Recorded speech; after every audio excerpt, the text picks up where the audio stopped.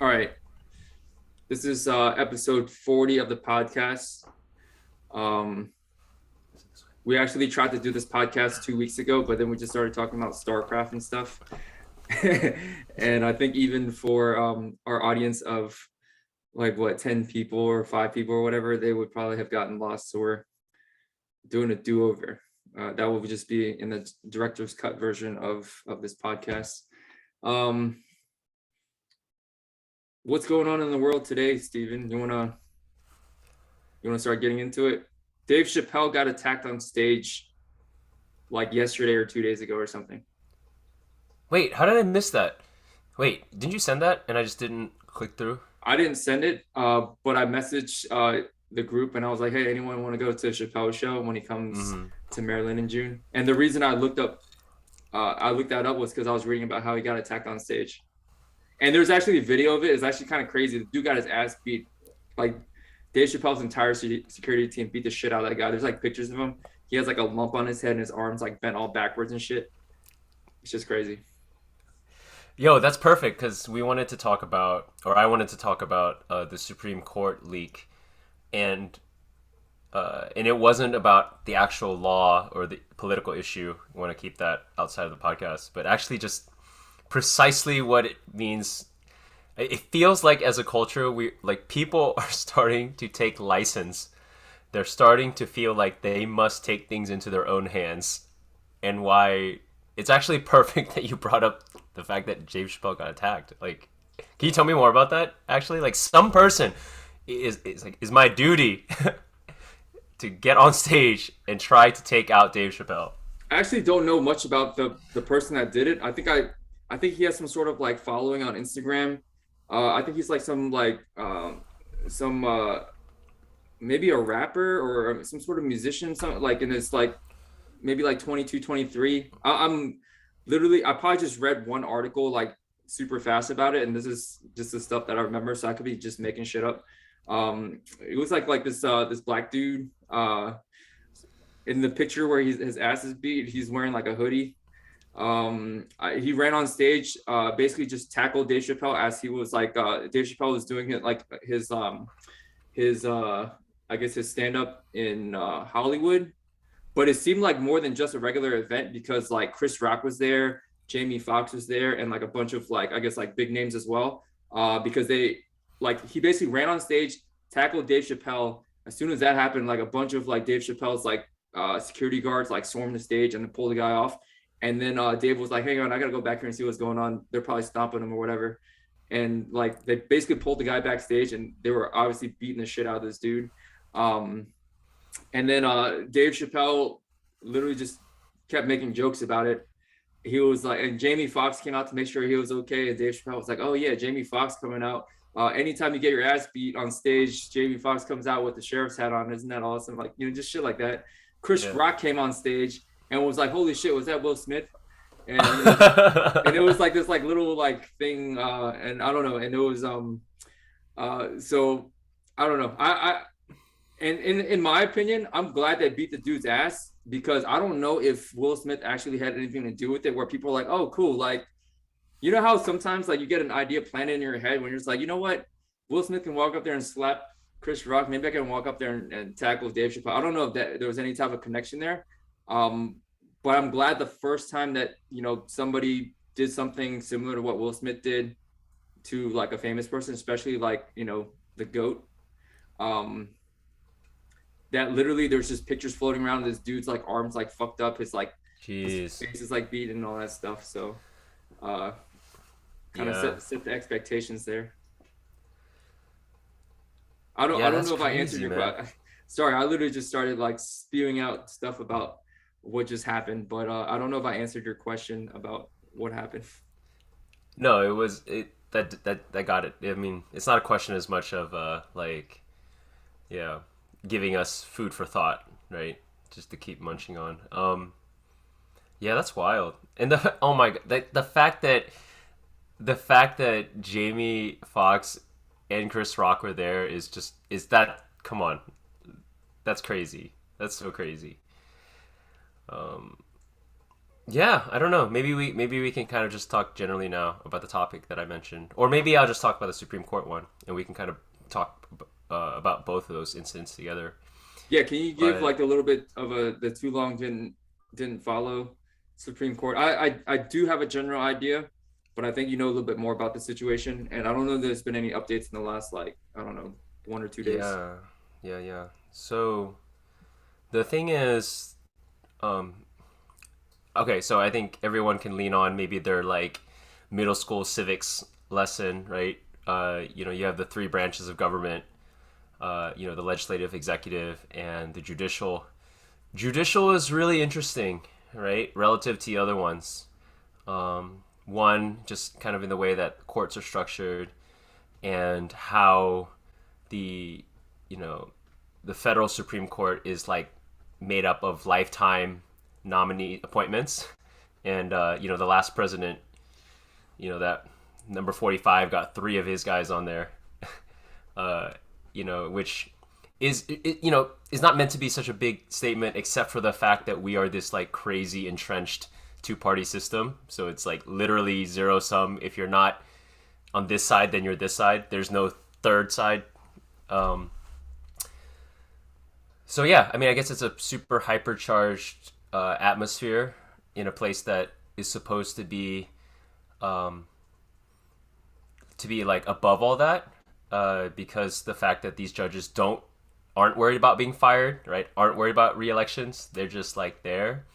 And basically, what happened was someone leaked the a draft decision on Roe v. Wade, which obviously was a landmark case for legalizing abortion at the federal level, and the draft basically was going to overturn Roe v. Wade, which caused crazy uproar, and there's been protests since all this week and through the weekend, which and it's Mother's Day of all holidays, you know, um, and so this has never ever ever happened in the entire history of the Supreme Court. There have been leaks in the past, but they've always happened after the fact, right?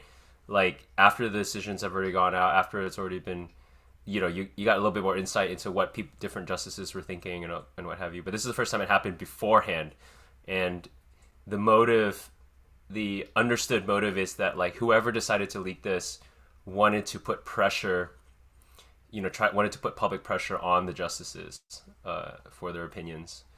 And I learned a little bit more about the potential leaks. The thing is that the Supreme Court is like one of the most secretive like places in the world, like super tight. It's never happened, and the only way it could have leaked is like from one of the law clerks that are assigned to each of the justices, and apparently these clerks are like in the top percentile of lawyers, and have been kind of like put their entire life into that moment in time, right? Like, and it's a very high profile job, very lucrative, big honor. Like, I think there's like that feeling behind it, and they basically threw away their whole career, right, to kind of do this. They must have felt like a moral imperative to share this, and try to influence the course of history. Like that must have been what they were telling themselves, but I don't think that there's really, or I'll give more benefit of doubt. They probably didn't think that they would have changed the decision, right? But what it would have done is riled the shit out of everybody, and maybe affected like the subsequent elections coming up, and what have you. So anyway, that was also meandering, but go No, ahead. you're good. Okay, so like, you think it's gonna come out to know who leaked it, or is it one Yeah, of those things where there could be some plausible deniability because if there's nine justices and then each of them have a clerk and any one of the nine, it's like a game of mafia. You could just be like, no, it wasn't me, bro.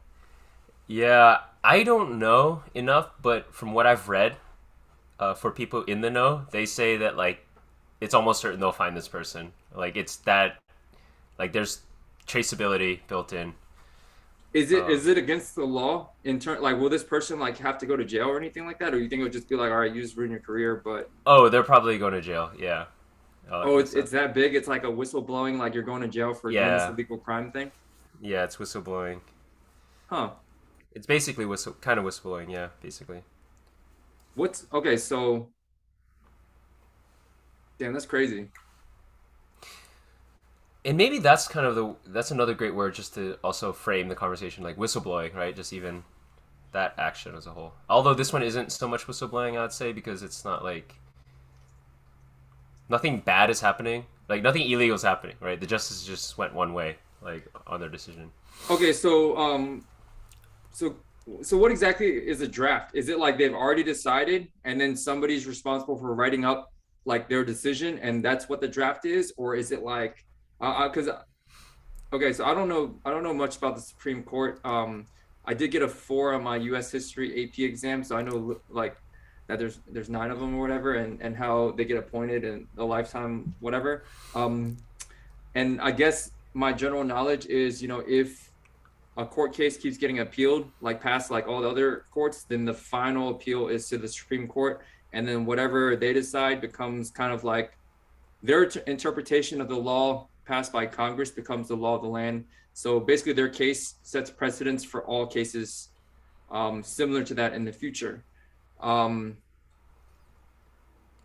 like, where does this draft come up? Is it like they're doing a case right now about abortion, and then they're like, okay, well, this is our decision on this specific case, and that case in itself will set precedents, or are they just like, oh, you know what? I guess we just want to overturn Roe v. Wade just because, for seems like does it have to be a case that, or can they just be like, up there and be like, you know what, there's 6 of us Republicans here, we can overturn Roe v. Wade because we don't like it. Yeah, no, that's a good question. I actually don't know. I want to be upfront. I actually don't know the answer to that. Uh, my gut tells me that it's not just like an out of the blue thing. It was probably on the because of some active case, right? Um, I don't think it was. I think the headlines say it's overturning Roe v. Wade, but it's not actually that. It's just a new. It's like an updated decision that, right, sets precedents and basically undoes like actually undoes like Roe v. Wade. Not explicit. They're not like directly. Right, right. So they're Yeah, gonna so they're gonna basically decide on a current case yeah, that's similar to a Roe v. Wade situation, but they're gonna go the other way. And because they're gonna go the other way, that sets precedence because it's a newer case. And so all cases, when it would have like went back to Roe v. Wade and use that as an example, we'll use the current whatever case. And the draft is about that specific case, probably not just like random, like, hey, yeah. let's I just. think so. I think so. And it's also important to be precise with the language too, because they're actually leaving it up to the states to decide. So it's not like they're making a decision one way or another. It's the fact that now, yeah, it'll be left up to the states. And so really, the people who are um, super affected directly are the people who that the women living in those states that won't have access to abortions anymore. So you can still get an abortion. You just have to like pick a state that has it. When Right. in the past it would be illegal for the state to, Yep. like Texas, for instance, couldn't just be like, you know what, we don't want abortions because that's federally protected. Yeah. Damn, that's crazy. Um, I don't know if we should start talking about abortion, but Yeah, so I don't think we need to talk about abortion or the politics. I think the important thing for me is just thinking through like, yeah, I mean, just seeing all these people like step outside the boundaries of rules, laws, norms, right? And taking matters into their own hands. And like I think it's interesting um how a society should update itself, right? Like I feel like every society has this like obviously this revolution tipping point that no one ever wants to get to, or they do. I don't know. Like maybe it's that bad, and that's the only thing that you need to do, or you can do. right, in which you have civil war and what have you, and we've had one of them. Um, but it's like I don't know. Yeah, like I, it's hard for me to say because I think laws are important. I think past like not nonviolence is really important. I think nonviolence is extremely important. As much as I myself have wanted to like punch people in the jaw sometimes, like I just know it's it's really important that that doesn't become a thing, right? Which is also why we we don't believe in torture. Like we don't even we established like protections around humanity even for the people we like have deemed as like actual evil incarnate, right? Like there's like you don't torture people, you don't have cruel and unusual punishments, you don't do that stuff. Even the death penalty right now is something that people are still, I mean, trying to figure out because there is this like construct of humanity and civility that we didn't just have coming out the gate. Like, it like took a long time for us to get there. Uh, and it's like you can degrade it, right? You can degrade it in small ways. And I don't want to sound like, yeah, I don't want to sound like a freaking person who's like clutching pearls and like worrying about like shit like that. But it is where my mind is at, so I don't know.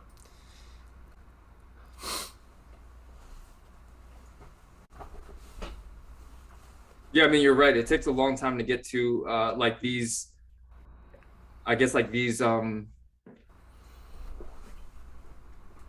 societal like norms or constructs. It's almost like, yo, all right, we've reached this equilibrium because we went all the way to this side and this is what happened, and then we came all the way to this side and this is what happened. So, like this is where we need to be. And I think you brought up something like earlier when you were talking about it before the pod, something like as simple as innocent until proven guilty. um I mean, that obviously we grew up with that within our society, so it's almost like taken for granted. But uh imagine being on one far end of the balance of that, and then having to be like, you know what, that's actually probably pretty bad, and then go all the way to the other end of the balance and be like, actually, that's actually pretty bad too. Let's just make it so that everyone's innocent until they're proven guilty, and then you have to go to court, and there will be a judge, and there'll be all these people that you get to say your defense, and then they get to say why they think you're guilty. You go back and forth, and then we, we'll take a jury of our peers, people like me and you, and then they will kind of decide, okay, based on everything presented, this guy's innocent, or like that. It probably didn't start like that. I mean, it definitely didn't start like that. um so So yeah, I agree with you. Laws are important. Um, Laws are a very powerful construct that affects us on a day-to-day level. That it's actually interesting because they get written by like people just like me and you, and so I was like, you know what, this is actually really good for everybody. Let's do this, and then if somebody doesn't follow it, we're gonna fuck them up and put them in jail. Yeah. and and everyone's like, you know what, actually is good for people. Yeah, so we all agree to this. So yeah, if I break it, fuck me up and put me in jail too. And then if there wasn't like that invisible construct to keep everyone in check, it would be much worse for everybody else. But then when you're talking about, okay, somebody is taking the law into their own hands, like this guy says, you know what, I'm just gonna leak this document because I don't think this is right. uh, they are breaking a law that we had all agreed to would be a betterment for the whole if nobody broke this law. So I guess there's that to consider. Yeah. Yeah. And I think that history has proven that like the court of public opinion is really scary. Like humans, if we just like rely on what pisses us off and hits a critical mass, like there's a ton of collateral damage and the system's just like not tenable, right? Like it feels really good when someone gets their due justice, right? And like Like what, and all of these little things, because like you see this rule of law and the systems as oppressive things. And here's the funny thing: they are, by definition, the law is meant to take away your rights to guarantee a broader set of rights. Like by definition, the law is oppressive, right? But it's also invisible, and it's so easy to like kind of disregard. But uh, and sometimes like people don't realize that the law is conservative, right? It's written in a way, or should, right? At least in spirit, on principle, where you're even if we have to like accidentally or we have to like protect five bad people because the law is written conservative, but we don't fuck up the one innocent person, like that is worth it in terms of the way if that's what it comes out to be, right? Versus like the alternate scenarios. Like that's my understanding of why our system is kind of the way it is, right? That it is conservative in nature. But that's tough to swallow sometimes with people who want action. And don't get me wrong, there are systemic things. There's always a majority. There's always people who have power and want to preserve it and whatever. And systems become corrupt over time. But for the sake of this conversation, like I'm almost always talking about like first understanding the base principle, right? Like I think if we at least understand that, then we can start talking about all the other stuff. Of why does this even exist like this in the first place? If that makes sense.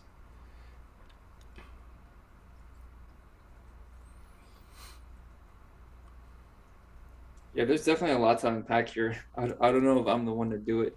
But yeah, laws are interesting. You think they're all written like that, where it's just like, because you know how there's always that ethical trolley problem where it's like, all right, this train is like gonna hit like I don't know, one person that's standing on the track, or what is it, five people that's standing on the track, and then if you push the button, then it kills one person, but they're like not on the like they're basically not. I'm literally messing this example up, but you know what I'm talking about. I got you. I got you. Yeah. Yeah. So that's that famous trolley problem that comes out of utilitarian philosophy, which is do the rights of the many outweigh the rights of the few, right? Do we as a society need to like maximize like max utility, net good for as many people, even if it means like sacrificing a few. Um, and Yeah, I think to answer your question, I'm almost certain that like the founding of our country, America, was based on protecting individual rights. Like even if like because the thing is that the utilitarian like view, who's making that call, right? Is the question. Who gets to make that call? We can't. That's essentially an unsolvable problem, right? And so I think the way that the Constitution was written is like, all right, we can't figure that out, so we're just going to protect the individual. Like each individual is going to get maximum protection, and we're going to index it there. Which is why like right to privacy is the big utilitarian argument, right? Right to privacy, like because people are like, so right to privacy, if you go back to like original constitutional law, is like it's critical, it's sacred, it's a sacred cow. Like, but especially with technology and certain things like that, people are now kind of like over time willing to give up their privacy, especially post 9/11. Because why? So privacy is this one thing where it's like it's very easy to say if you've got nothing to hide, then why do you care, right? Like, and we'll find the bad guy, we'll find the terrorist cell that's like trying to like kill 10,000 people. Like that's a very easy problem, isn't it? Like that's a super easy trolley problem, but it's not that easy. That's the thing, it just presents itself as being very easy, not like by diminishing how important something like privacy is, because privacy keeps individual sovereignty, right? It makes it so that like government doesn't just take us all out like that. That we are still saying that the individual is supreme in our model of the world. Because you give up privacy, you're giving up a lot. You're giving a lot of your sovereignty, right? Even if it's like things that you don't like, you think are benign, like your health information or something. Like, heck, let me see your health information. If you have I'm nothing really to just hide. trying to find terrorists. Yeah, I'm just trying to find terrorists. Like, why can't I see your health information too, or your finances? Right? Like, oh yeah, I might have mentioned this in a previous pod, um, but or maybe I haven't. I don't know. But YouTube, uh, YouTube tags me in a lot of like the algorithm. It feeds me a lot of police audit videos, where basically First Amendment auditors, they go to like for instance, like they'll go to like a police station and just stand in the parking lot and start recording, like the security cameras and just like the police cars coming in and out, and just like recording like just the police station in general, until a police officer from the station comes out. And then obviously the officer would be like, "Hey, what the hell are you doing here?" And then they'll be like, "Oh, uh, I'm just collecting evidence for a story I'm writing." And then the officer would be like, "All right, I'm gonna need to see some ID." And they're gonna be like, "Excuse me, ID for what, sir?" Because technically they're on public property, or whatever they're doing is technically legal. Like they aren't like, you're allowed to, let's say you're allowed to record from the sidewalk, but you can't record like after you step on the grass. So they'll be standing on the sidewalk recording. Obviously, a lot of the police officers, when they audit, wouldn't know that that's not within what the law states that the police can do. Like, you can't just go up to someone and say, "Hey, I need to see some ID," and then if the person like I can be like, "Yo, fuck off. I don't have to give you like my ID," unless it's, I think it's like if you've committed a crime or some shit. So usually the way it goes is the guy will be like, "Oh, what crime have I committed?" And then the officer, who's not used to getting pushed back when asking that question, will be like, "Oh, you're not allowed to record on, it's trespassing," like whatever the fuck he says. And then the guy yeah, will go back and forth. And then sometimes it gets to the point where they like arrest the dude, or like throw him on the ground and throw handcuffs on him. And then they'll like sue the police department and shit. Um, but I don't know, going back to our conversation about the law and what we agree to and don't agree to as a society, um, that's a very entertaining. Clearly, it's entertaining if the to me at least, if the algorithm has found a way to feed me those videos. So yeah. What do you think about that? I think it's What? correlated to what we're discussing. It's kind of like, as a police officer, it goes back to the whole executive, judicial, and um, legislative branch. Obviously, the police officer is like part of like the government to make sure that we enforce these laws. It's like overall a good thing. But even as that individual officer, like, there are, I guess, laws that allow this guy to only act within this certain range of acceptable actions. And then so what the First Amendment auditors are doing is they are making sure like, they're basically like like shit testing these officers, making sure that they're doing that. And then Yeah, watching them do that is kind of entertaining. I mean, I'll admit, I think it's correlated to what we're talking about in terms of like laws, why we have them and stuff like that. And this specifically to do with yeah, enforcing officers that, and they're, because I mean, the officers in the officers are individuals in themselves too. yeah. So So it's cart narcs, but for freedom of speech. yeah, cart narcs, freedom of speech. Yeah, It's actually kind of annoying. Sometimes I'm watching these and I'm like, "Yo, man, this First Amendment guy didn't have to like, try to, like, sometimes they're purposely like cursing at the officers because there's like there's some law where like you're allowed to curse at cops and the cops can't like do anything about it or some shit like that." And then yeah, and I'm just like, damn, this dude's still like a human underneath, and this dude's like just like trying to push this guy's buttons to piss him off. So I mean, there's like a lot of stuff like that, but it's definitely still interesting to watch. Usually, what ends up happening is like, "Yo, I want to talk to your supervisor." They call the supervisor, and the guy's like, the supervisor usually knows like the actual law.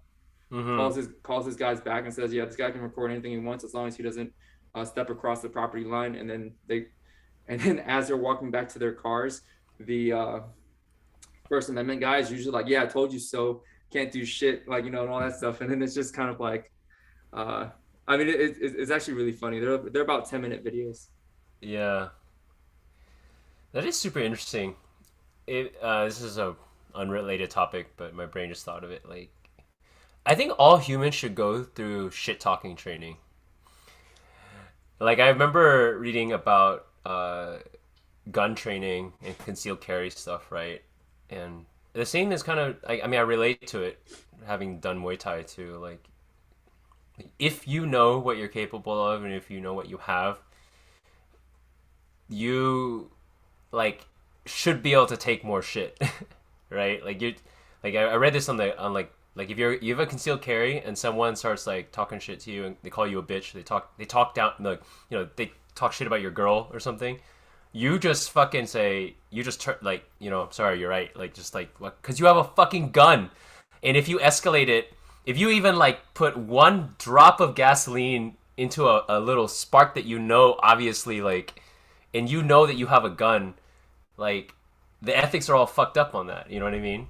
Right. Like you have all this information. There's information on your side, and you did not act judiciously on it, and you didn't treat it like as what it is. So when people say if you have a concealed carry, you are a bitch. Like you are 100% of scenarios, you are just a little bitch. Walk away with your tail between your legs because you have a gun.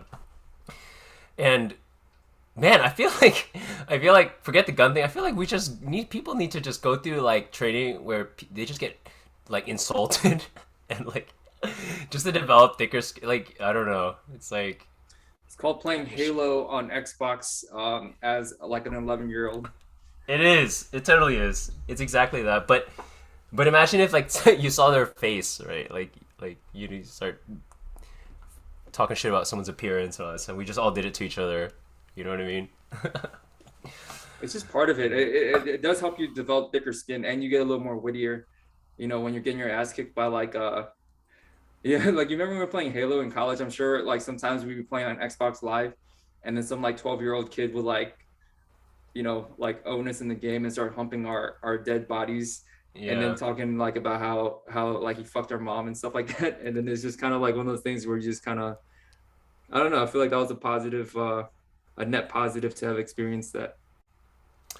Yeah, yeah, I think so too. I mean, God, it's so hard to. I'm glad that we don't have an actual audience because this is a very touchy subject. Um, because there are structures in place um, that help people get through that, develop thicker skin, right? Learn how to deal with people, learn how to like navigate that. But they can become toxic and they can become like these structures of oppression, toxic masculinity, all that kind of stuff. Like a football team locker room is gonna like kind of get you into a specific place, right? But it can't go overboard, and someone's got to like kind of oversee it somehow. Like the coach. Like the coach needs to be the mediator of that culture. Um, and it can't go overboard, right? It can't like that. We need to make sure that every single person has enough constitution within themselves, like a bit, like the minimum amount in which that they can take shit, right? If they're not there yet, then yes, like remove them the shit, build them back up, then throw them back in the shit. But like I feel like that's what we're like missing a lot because a lot of people, they go through life and they might amass a lot of power and money or whatever, and they're still fragile as fuck on the inside. And then when they get reactive and do bad things like cops or CEOs or whatever, things get bad. Yeah. I mean, the inside is all that matters. Yeah, but you can't. How do you like, how do you develop that for people, right? And like that's where I always land, right? Anytime we talk about politics, social stuff, whatever, my head starts to spin, and it has been spinning since I was like a teenager. And like the only place I can go to is like education, meditation. Like it's just like literally making people like stronger at the source, at the root, because everything else is just too chaotic. Um, but yeah,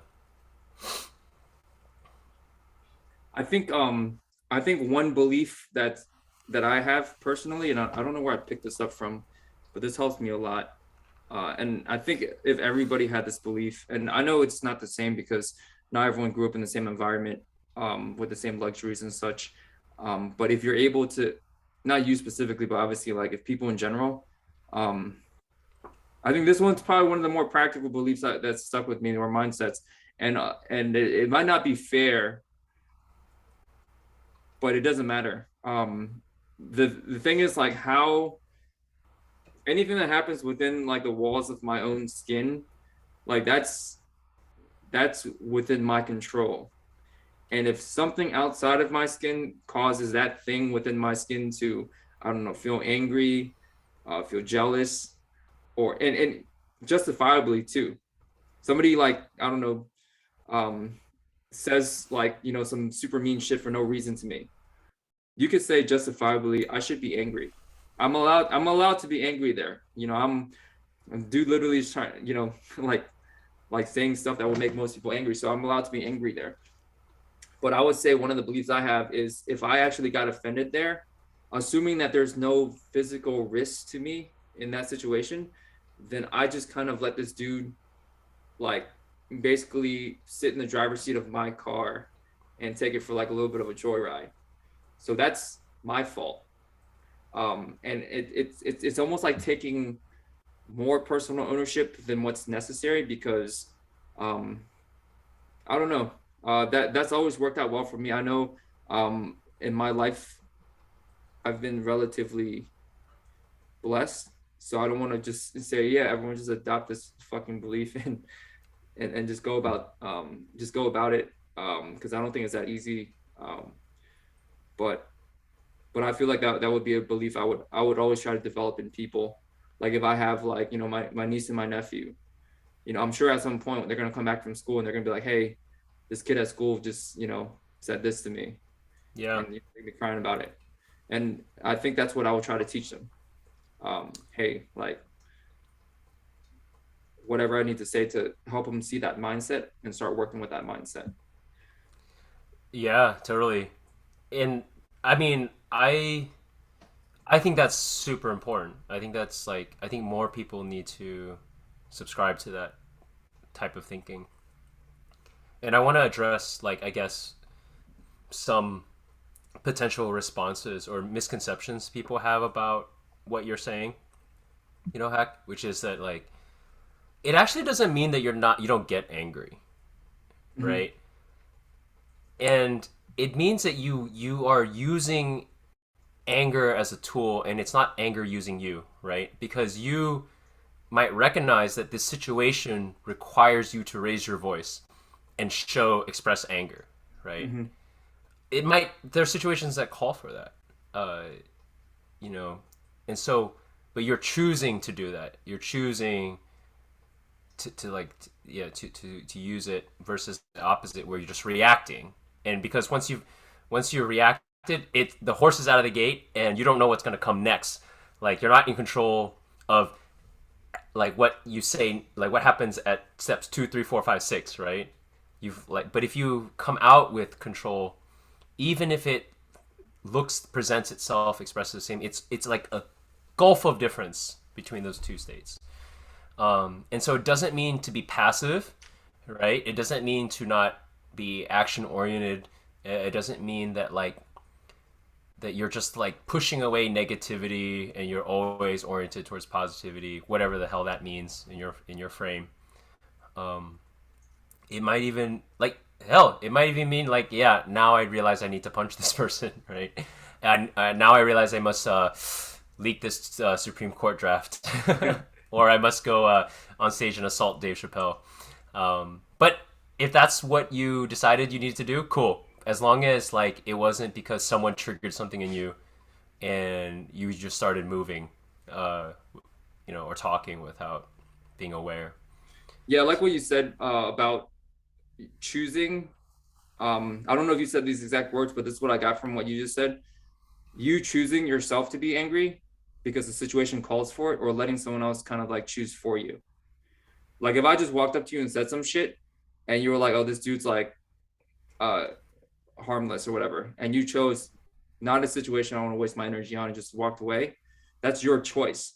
But let's say I walked up to you and said some shit, and you think the best case, like the best scenario here is I need to get angry and defend myself because, you know, and you, the more conscious you are of that choice, then in my opinion, um, the better you did for yourself because you retain choice throughout the whole thing. You retain awareness of the situation, and you were like, okay, this is what it's like, responding or reacting. And like you said, like sometimes you react and you let someone else choose, and that's on step one, step two, and next thing you know, you don't get to choose again until steps like, you know, like 11, 12, and 13. So like 1 and 2 happen, and then he's basically choosing steps 3 through 10 or 11 for you, and that could be a bunch of things. It could be you, like, you know, catching an assault charge. It could be Yeah. you like saying some shit you regret. It can be you like, and a lot of times people would be like, well, that's not my fault because he did this. He did 1 and 2, so I had to do 3, 4, 5, 6, 7, 8, 9, 10. But I would say if I don't, I would say that there's ways to develop it so that you still get to choose 3, 4, 5, 6, 7, 8, 9, 10, and you should measure yourself up to how much of that choice you get between 1, 2, 3, 4, 5, 6, 7, 8, 9, 10, all the way up to 12. Um, Yeah. Yeah. and this reminds me of the video you sent me, which is actually super woke. The IG post you sent me about, uh, I think it was some lady talking about when someone's yelling at you in a different language and you don't understand the language, they could be saying like the most like the nastiest shit, or like, and they can even be expressing like anger and stuff like that. You can still see it, but because you don't know the words, there's no way for you to derive meaning from those words, and it just doesn't hit the same. You know, they could be saying like the most nasty shit to you, but it's a language you don't understand, so to you it's just like kind of sounds coming in, and even if you can visibly see that they're emotional, it's not going to hit you the same. And so what that proves is you're the one that derives meaning from the other person's words.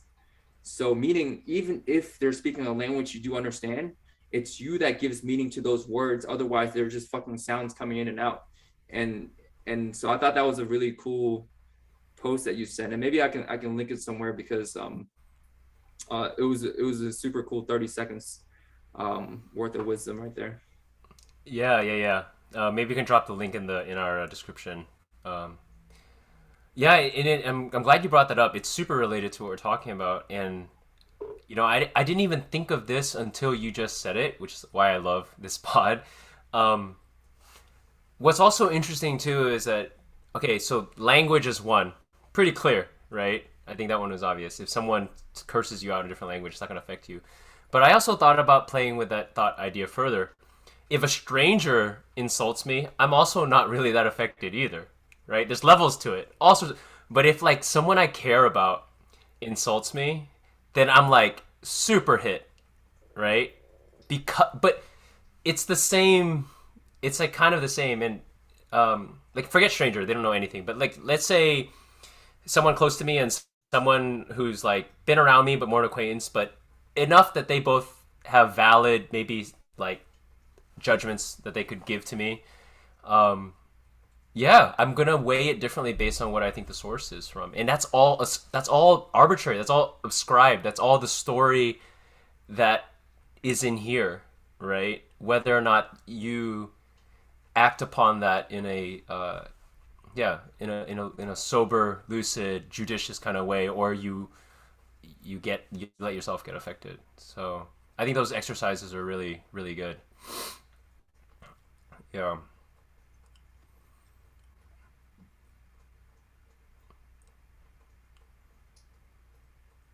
I think that's actually what I will say I'm practicing on is what you said about the.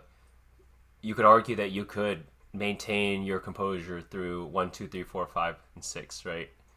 Like I think that's mastery. Like that's where I'm at now, right? So quick summary of like the spiritual path, right? I think it's very normal for people to because they have so like they are overwhelmed by something in their life, right? That comes out of thought, the world of thought and emotion, that they find themselves into some type of spiritual philosophy or type, you know what I mean? Because they need to find some way, and right when they get into that way, they feel like elevated, they feel high, they feel above, they feel noble and like virtuous and like all these sorts of things, right? And they go around telling everyone how like, oh, you're still caught in your like, low vibrations, so da da da, right? But you can't just keep living there because like you're also stuck in another level, and because at some point you have to realize that like all of life is still available to you, not only the things that you've tried to escape from, right? Like anger might be something you escape from. If you take it to its like logical conclusion, you'll realize that anger is still an important thing for you to have. There's a lot of monks who literally will hit you with a stick and yell at you like harshly, like you berate you, like, "Oh, are you stupid? Like, why are you doing that? Go grab a bucket." Like, why are you asking a stupid question like that, right? Like, no, that's not very monk-like. Who are you to say, right? Who are you to say? He's human. He's being a human, but inside he's coming from a totally different place. But then for me, I feel like I'm at that point where like I'm not trained enough, right? Like I can't whack someone with a stick and call them stupid without accidentally falling back into my ego, without falling back into my like into my attachments.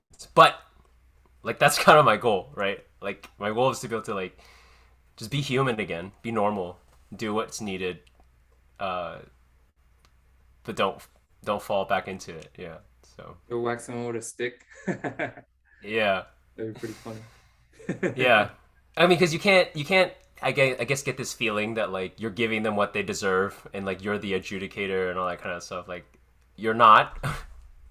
Just in that one present moment, you're just acting. There is no like. It's just what that moment called for, and it's what came out of you, and that's it. You know. Yeah. And I think that I imagine that probably having a kid, like when I talk about like what is the curriculum for like getting good at this thing, I think I think the universe's answer to that is yeah, raise your own kid, and you're going to practice how uh to work to be spiritual, right? To like to be above all these things. Yeah. I mean, being around family and stuff, when you're talking about steps 1 and 2 happening, but then retaining control, like for steps 3, 4, 5, 6, 7, 8, 9, 10, and then at step 11 you still have that control versus steps 3 through 10, like you're just like yelling at your mom and Yeah. like just like just like losing your marbles and shit like that, and just like Yeah. mad, and then like and all that stuff, and then step 11 you're like, oh shit, I probably shouldn't have said that, huh? And that's like the next time that you have control again, and that could be, I honestly, for some people that could be weeks. I mean, that Yeah. could be, that doesn't, I mean, sometimes obviously with um Mm. like quicker, I mean, imagine people that have like grudges with their family that are, I'm sure there are definitely situations. I know not all families are perfect, so there's probably some situations that call for cutting people off, or like separating yourself and stuff like that. But there's probably also a lot of cases where it didn't have to get that big. What I mean? Like it didn't have to like result in not talking to someone for that you at one point probably cared a whole lot about for like a month, Yeah. or for like a year, or however long. I know I've seen it within my relatives, at least, where there's like a little squabble, and next thing you know, the next time they're gonna see each other is either at someone's wedding or at someone's funeral. And I'm sure at that point, because a lot of the ego um, kind of goes away. Like when I guess like big life events happen, like if someone passes away or like whatever, maybe that's the next chance that they'll have to be like, you know what, like, uh, I'm at step 11 where I actually have control over what control over this, as opposed to something else controlling it. Yeah. So, Yeah. but yeah, that's why they say spiritual practice: be around your family, and you know, fuck around with them a little bit, and find out how spiritual you are. Yeah, dude, it's crazy. They have the shortcut to all of your triggers. Dude, I'm really good at that shit, man. Like I can feel myself just intuitively knowing what the next thing to say to piss Z off is. I'm just like, yo, all right, if I said this, it will fuck him up right now. Yeah, exactly, man. Because you know the story, you know the chapters, you know what happened in the first arc, and like yeah, uh, this is a bit random-ish, but something that I have been reflecting on a lot is so there there's this idea in spiritual practice that like your your life is just unfolding, right? Like your karma is just unfolding.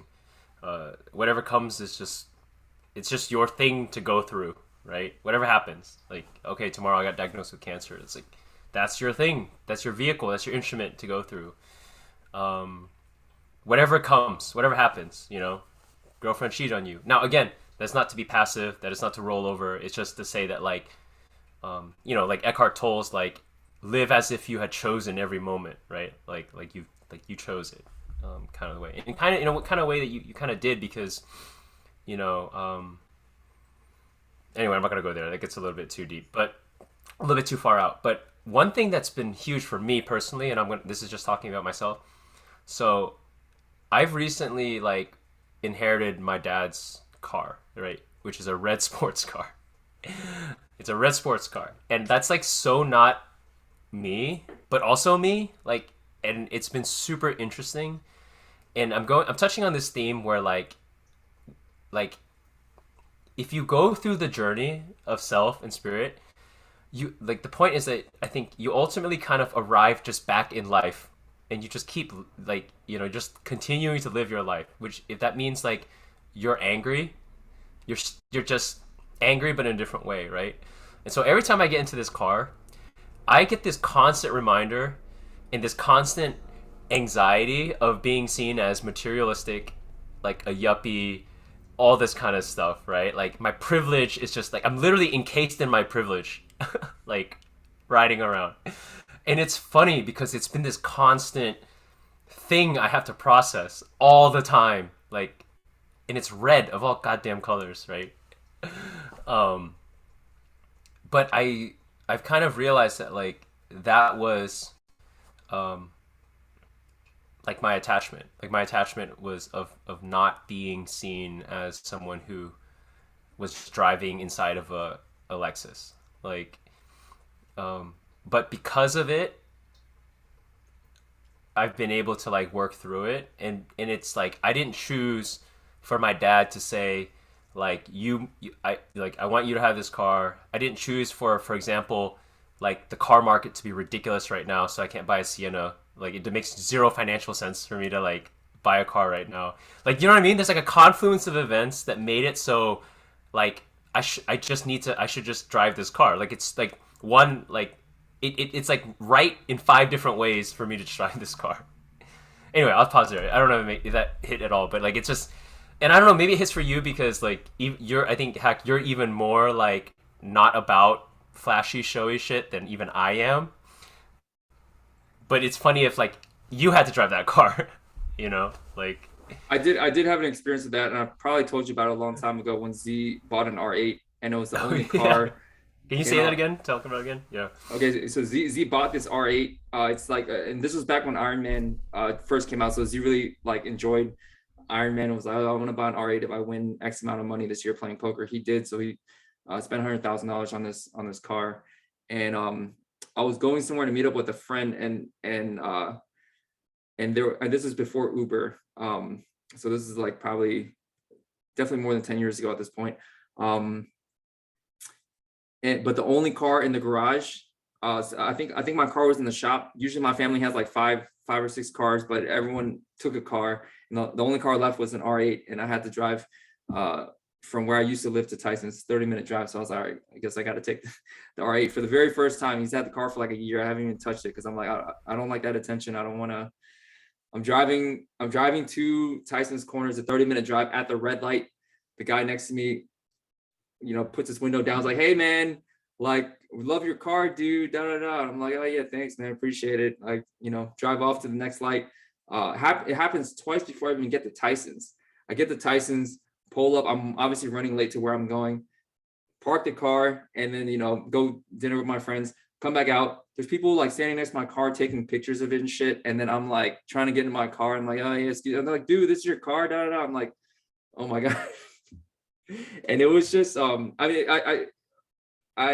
I think it's very similar to what you're feeling, but on to me at the time, probably a much bigger scale, just because like it also like attracted like people that actually were like talking to me and shit. And I don't know. So I can relate, but I mean I agree with you. It does have to do with myself as well. You know, if I was just a monk, I would just be like, oh cool. It's just I mean it's just a car, got me from point A to point B. Obviously there's some constructs developed with this car, you know, for these people, and that's what's kind of playing out here. But being able to see all the constructs, the fact that it's affecting me internally means that there's some constructs within me too. So what are those constructs, and you know, and what do you do with them? So Yeah, man. Yeah. That's a great story. That reminds me of the white suit story where you had to borrow Z's white suit. yeah. And that's why I really do think that these are funny moments in spiritual, like when people say, when I've had a lot of people is really, I really appreciate it, like ask me a lot about meditation as of late, right? And like, yeah, I tell them about meditation and stuff, but that's like intro spirituality, right? That's like just like grade school spirituality. Once you start to elevate, it's the spirituality practices being around your family, driving an R8. You know, it's things like that. And it can go flex, right, between all, like, because all of life is available and all of life is neutral. It's not value laden. It's just the constructs that we have that do it. And so I think anything that will press against you, right? And there's like, you know, most things, I hope for you and I, like, you know, someone tries to press into us like here and it kind of just goes through. That's great. But if someone presses through and there's something there, like, you know, oh, there was a something there. That's the thing that needs to be like kind of like evaporated, dissolved a bit. And I certainly have it for the car. But what's funny about the car thing is that just like you, like a monk would have no problem driving that car if that's what he needed to do. If the monk needed to drive that car, like he's like, oh, I need to get to the temple, and then, oh, thank you for letting me lend your car. He gets in the car, like Eckhart Tolle would just be in there with none of his own personal contracts and no worry about being like, even if like, you know, forget just even that. Like sometimes I'm in the car and I'm thinking, oh my god, I'm polluting the universe. Like, oh my god, like there's like labor that went into this car from like, you know, he would just be like, oh, I'm just in a car. Anyway, I'll close with this. I will say what's interesting is that I actually appreciate the car so much more now because I don't see it. I just, because I went through this whole thing. Now every time I'm in the car, I'm just like, oh, this is a nice car. Like, I was like, this is great. I'm so grateful for this car. It's, oh look, it's so luxurious in here, and I get to go where I need to go, and it makes people look at, like, people like it, looking at it, like, and then I like it so much more now. I don't know. It is a nice car. Yeah, but it's funny because like only you can know if you are appreciating it for the right reason, right? Like you have to be very careful that you're not appreciating it because you're like, ooh, I like what it feels like to like be in a Lexus or a BMW. I like how people treat me because I'm in it, like, you know. But you can still like it.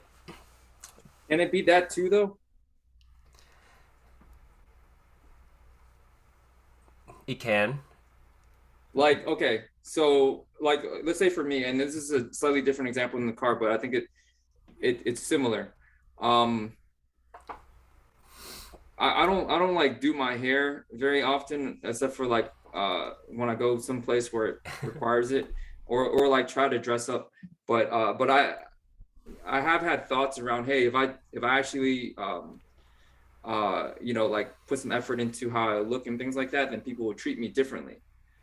So differently in a good way, of course. You know, like obviously, if you look more well put together, then people will treat you as if you're a well put together person, because within the reality, they might associate you wearing like a suit and a tie with, oh, this person definitely, I don't know, it's smarter, or I don't know, has money, or like whatever they people associate with people that are dressed nicely.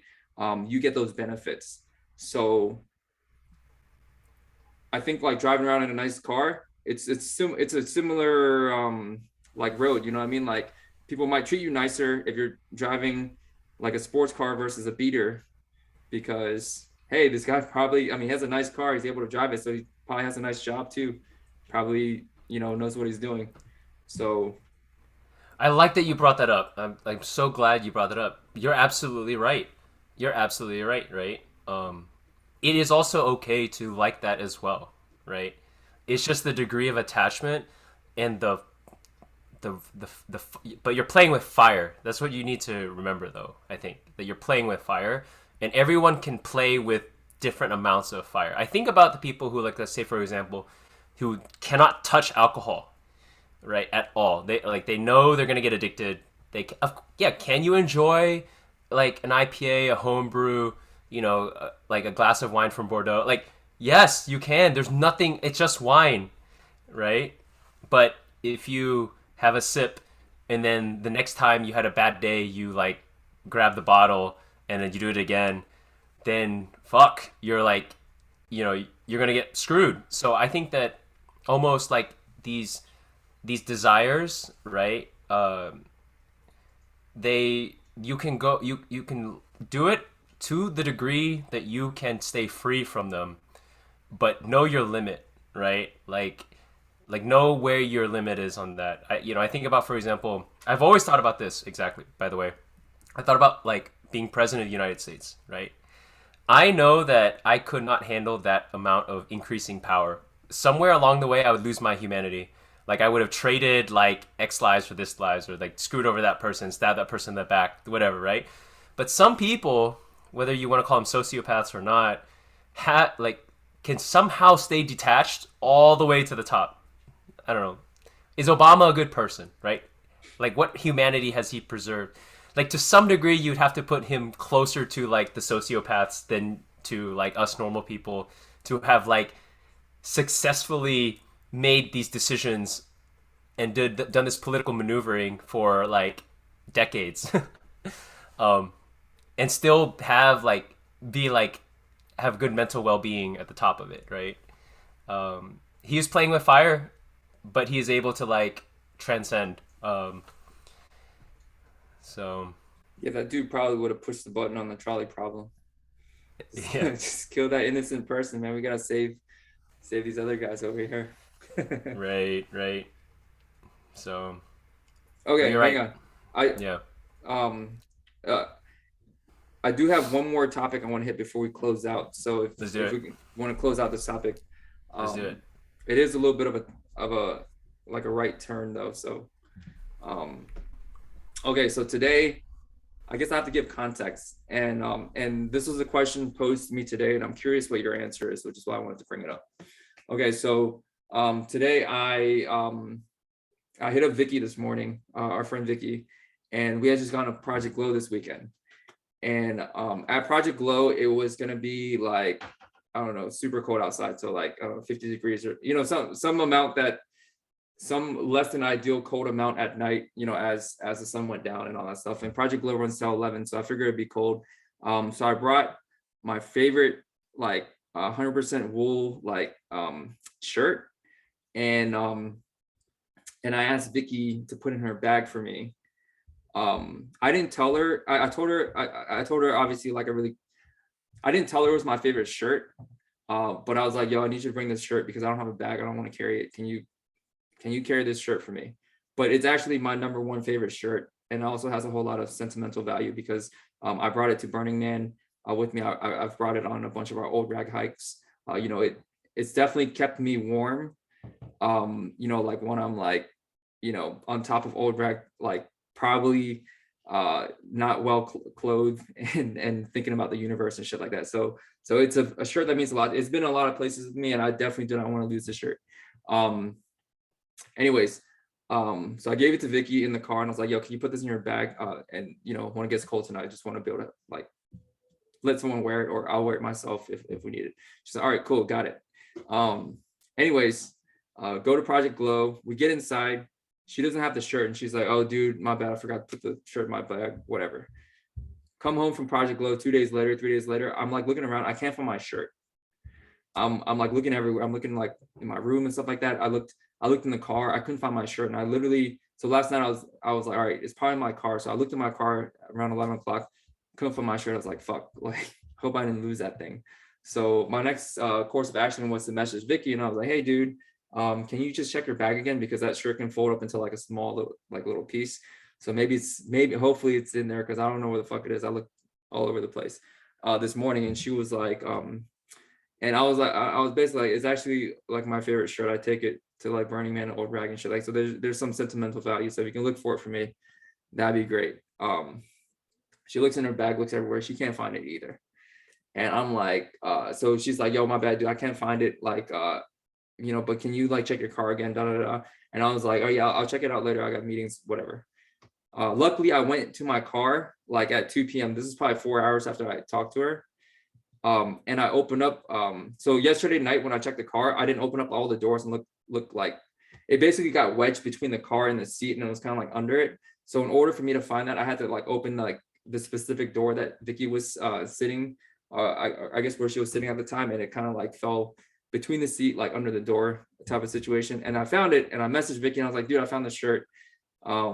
You know, so basically Vicky was like, oh my God, dude, you do not know how much anxiety I had in the last 4 hours.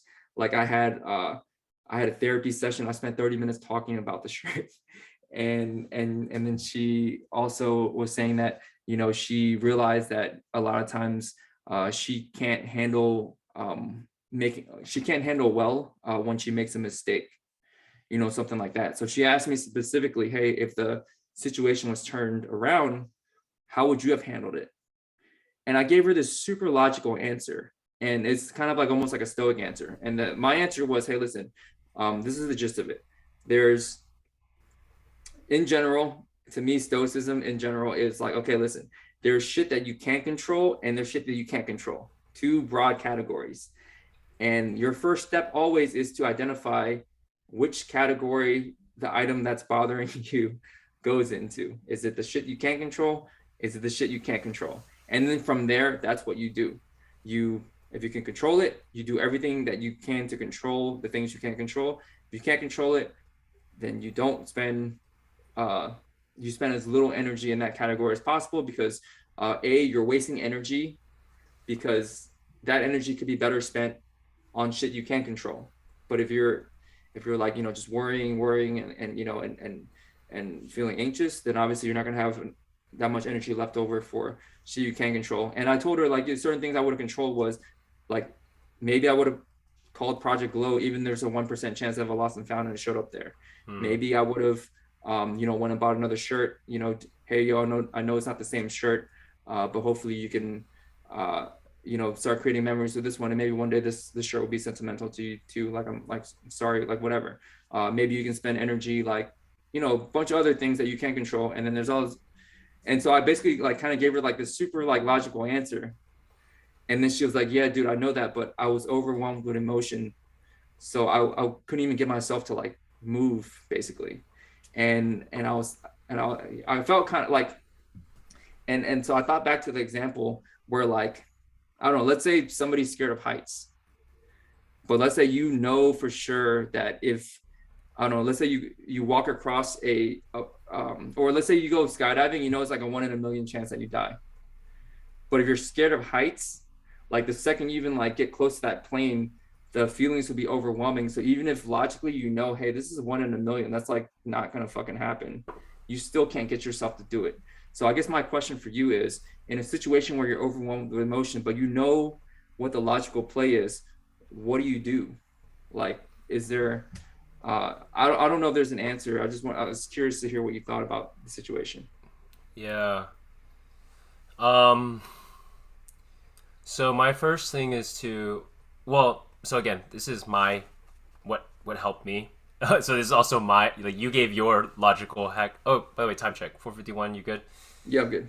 Okay, cool. So you gave your answer. This is like, I guess my answer to that is one, like, just recognizing the physical sensations and just start labeling it, right? I know you're not just feeling emotions. Your heart is also beating faster, right? Your blood is also like pulling out of certain areas of your body when you get into that flight or flight response, right? Fundamentally, we're talking about flight or flight responses, right? and it's a practice I actually developed from fighting because in fighting, in the lead up to a fight, that feeling hits all the time. People always think it hits like maybe like right before the fight. Hits when you're like driving home from work and you suddenly think about this person that you need to fight, and then all of a sudden like your heart rate goes up, you start freaking out, and like I had people tell me like they pull over. I had a fighter I was talking with, and he's like, "Yeah, I had to pull over to the side of the road and just like do a couple breaths, right?" So I think understanding physiologically that what's happening to you is not like there's no like it's just happening. It's just a physiological response first, right? Label it, understand it, and then go to your breath. Because if in the world of physiology, there's also physiological tools. Your breath is the one to start to change it, right? And then that puts you in a better state to start to think about what you need to do in that situation. And then from there, like pick the smallest possible thing that you can do. And again, all of this stuff that I'm saying happens in the classroom, right? It happens in the post, like after something has already happened. You're just writing out what you're gonna do next time. You know what I mean? Then you have to like put that into practice in small different ways through like incremental exposure therapy, right? And so the you used did you come up with an example? Well, I have an example, right? I have an example of you are a waiter in a restaurant. Okay, you're a waiter in the restaurant, and you're serving this table, and a fucking cockroach comes flying through the air, right? And what does everyone do? Everyone screams their fucking head off. Everyone's like, "Oh my god!" Like you might be too, right? And let's say the cockroach just fucking like scurries away and it's gone now. All right, you're sitting there going like, "Oh my god!" Like in your head, like I can't believe this fucking cockroach is disgusting. It's gross. Like oh my god, I'm gonna get bad tip. Da da da. But what you can do is like you can tell yourself, okay, the next time there's a cockroach, I need to find a cup or a napkin or something, right?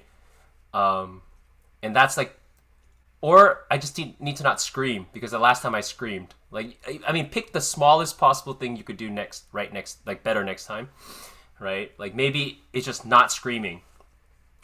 Cockroach happens. You don't scream. Boom, win. Like, that's one solid rep, right?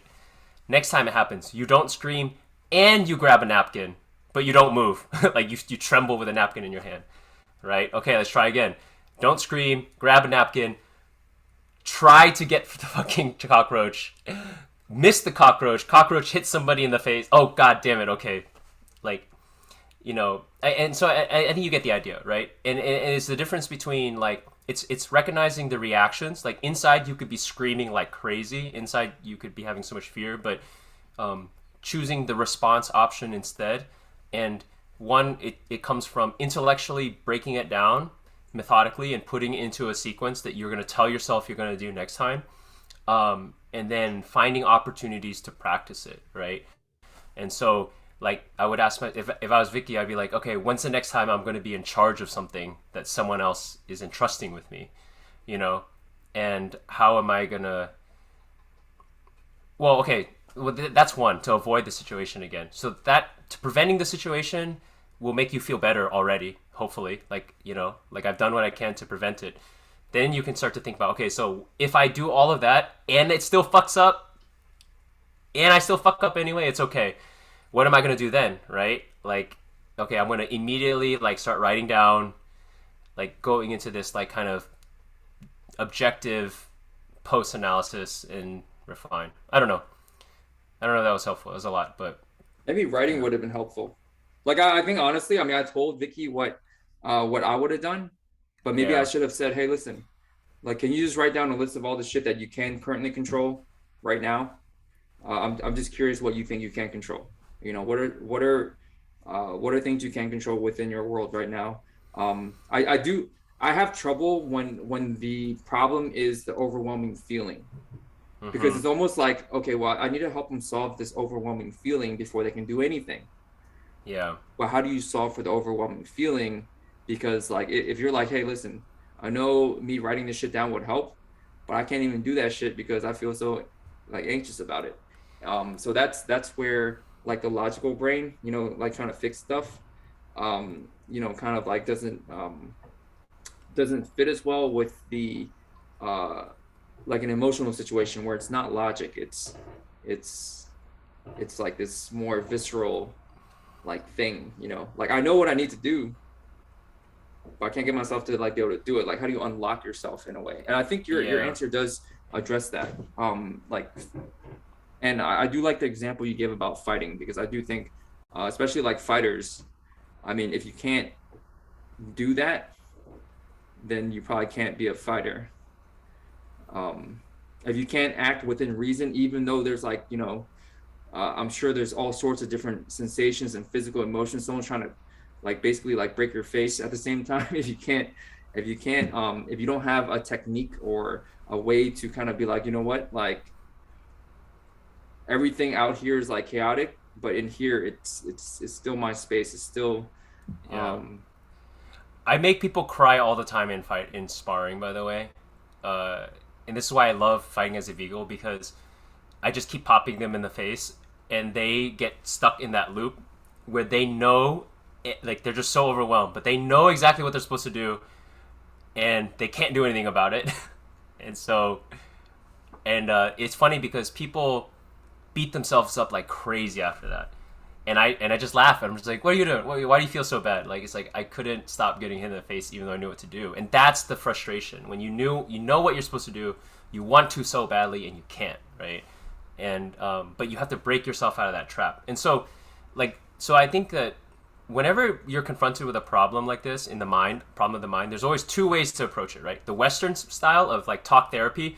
Let's figure out why you get emotionally flooded. Is there something in your past that did that? Why are you catastrophizing? Why are you have this like type of thought?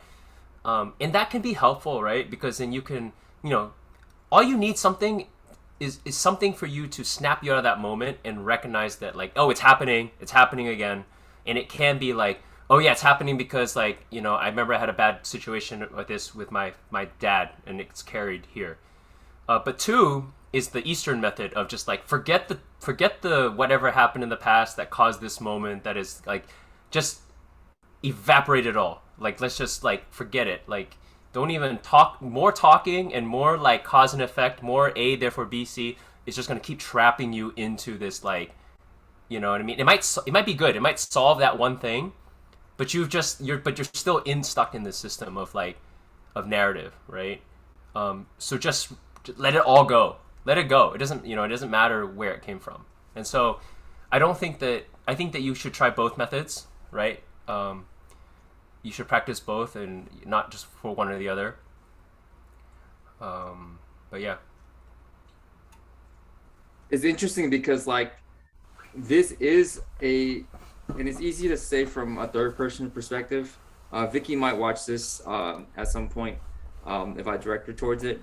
But it's easy to say from a third person perspective. But you know how earlier in the pod when we were talking about, steps 1 and 2, like you have control, and then all of a sudden steps 3, 4, 5, 6, 7, 8, 9, 10, you have no control, and then you regain control at step 11. Yeah.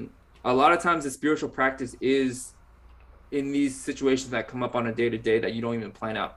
Like I didn't plan to, let's say, get into a huge argument with my mom today. No one wakes up with that, planned. And I know this is not a situation where it's like an argument, but I'm sure Vicky didn't plan waking up today, and then one of her good friends like, hey dude, you have my favorite shirt because I can't find it, bro. You know what I mean? And then her having to go through, uh, I guess this unexpected um thing. But like you said earlier, it's like a spiritual practice. Like you view that as a almost like a sparring partner, almost as a, okay, all right, the next time I'm in this situation, what what can I do better? And then like it's not going to be the same situation, but I guarantee you at some point in the next, like, week, 2 weeks, a month, whatever, like, Vicky probably feel anxious about something. I Mm-hmm. won't be the exact same situation, but it'll probably be perhaps similar physical sensations. And what's like, if maybe like, I think I like what you said about having like kind of like a small plan of attack. What's the smallest thing I can do? Next time this happens, what's the smallest thing I can do? Get a napkin to go catch the roach. If that's the smallest thing, that's the smallest thing, you know? So yeah, I don't know if we got anywhere. I I think, I mean, it's not my problem. And it's funny because we're just both talking about and I'm glad I asked you the question, because I think when it comes to like feelings and physical sensations like that, a lot of times I might not be able to give the best answers, but I think you have a very direct experience from fighting, so maybe what you said about it um might be more useful. Thanks, man. I'm glad. I like that. I like that we kind of like almost like talk therapying for other people on their behalf because we can be objective, right? Like I'm not. I sound you and I sound great right now, but we're talking about our own problems, totally different, right? And hopefully it's helpful, and hopefully we can bring, kind of a multi-dimensional take on it. But I wanted to say I wanted to add to that one point that you just said that's super important, right? That is super important about this is that like I think you need to remember that you are strong, right? Like whenever you're going through this, you have to remember that you're strong. And for most people, whenever they get flooded like this or they encounter this, they shrink away and they try to put themselves in situations where that won't happen again, right? But that's like shying away from the world. That's like not living at all, right? Like if I was the waiter in the situation, I would like not like I'd maybe like not I'd quit my job if I had a different job because I was mortified, whatever, or like I wouldn't want to work the floor anymore, or I would stay away from bugs, like at all costs I would stay from bugs. But you have now become you've like retracted from life, and you'll now never ever be able to put yourself in an opportunity to grow, right? Because ultimately it's just a little bug, right? Like you outweigh it by a factor of Oh no. my microphone. Can you hear me? I Just switched my mic. yeah, I think you just came back on, but I don't see you anymore on Yeah. video. Oh, really? Okay. Here we go. Let's try it again. All right. I just want to close out on this then. I want to close out on this is that like, uh, it's hard to convince somebody at the first point that like, hey, you should go around now that we have a battle plan, go find cockroaches, like go seek them out, right? That will not sound good at first, but if you can get that person, if you can get yourself to win a couple times, trust that there will be this moment where you actually want to find more cockroaches because you're going to get addicted to like getting stronger. Like it's just human nature, right? Like it's going to become this thing that takes off. Like it's that Kobe mentality, right? He like someone like Kobe wants to find the best players to play against, like constantly, right? Like that shift does need to happen where you feel self-empowered, and you seek situations where you could fuck up and have to face this thing. And and this is what you brought up, you don't get to plan it or choose it. It's just going to come when it comes. So put yourself out there so that it'll come, you know. Yeah, I think that's definitely a nice way to put it. Um, it's gonna come, and you know it's gonna come, but every single time it does come, um, regardless of what happens, you can actively be like, hey, the next time this happens, I don't know, I'll remember to sit down for a minute, just focus on my breath so I can feel every single sensation. I'll maybe sit down and write down, hey, these are some of the smallest things I could do right now that I do have control over. These are the things I have no control over. So maybe um, even if it doesn't change how you feel, at least your brain starts to develop some awareness. Like it's kind of like having, okay, next time this happens, what will be more ideal, and then marching yourself and inching yourself closer to that ideal. And then as you reinforce that, it becomes easier, and then over time, um, maybe you don't feel anxiety when shit like that happens anymore. Yeah. Yeah. And this is kind of like the atomic habits thing, like make it so small, right? Make it so small that when you actually achieve that thing, because it's small enough for you to actually achieve, you get full credit. You get 100% credit. Like if everyone could like applause for you and you win a medal in that moment, like you get it. You deserve it all, you know? And that's also really important. Forget how small you made it. It's binary. You won it. You won that moment, right? like be proud as fuck. The hard part is waking up at step 4 and being like, oh shit, I'm in it. Yeah. So that in itself is it is a challenge. But I think certain tools like meditation help you wake up at step 4 rather than step 11. That's a great point, by the way. We should say that for a different topic. A lot of times people wake up already in the middle of a fucking step. Like, that's why miracle mornings and like starting your day off right is so important. You can't wake up in the middle of a step. No, you could wake up in the middle of a step. If you wake up, I would say if you normally wake up at step 11, but you woke up at step 9 this time, that's a huge win. Oh no, I'm sorry. I made you I confused it. I meant like you wake up from your bed already like not woke. Yeah, not like already fucking pissed off or scared or bitter or whatever, annoyed. Anyway. All right, I'm gonna tell Vicky to listen to the last 20 minutes of her pod. She'll be like, "What the fuck you guys are talking about me?" And then hopefully it causes anxiety within her, and then she has an opportunity to follow this new plan of attack. Yeah, right. All right, are we good to close this one? This is episode 40, so it is a milestone. It is a milestone. This is big, man. I'm really appreciative of this, and yeah, let's keep it going. I mean, these are some time capsules for sure, and hopefully we get it to a point where it's a little bit more polished. But I think the reps have been huge. I don't want to diminish that either. That's just taking our own advice, right? Like taking our own advice. Like, what's the next thing next thing that we can do to keep the needle moving? All right, sweet. Let's can't wait till 50. That's only 10 more. I guess we'll think of what to do for the next one. Yeah. All right, I'm a wrap. All right, man.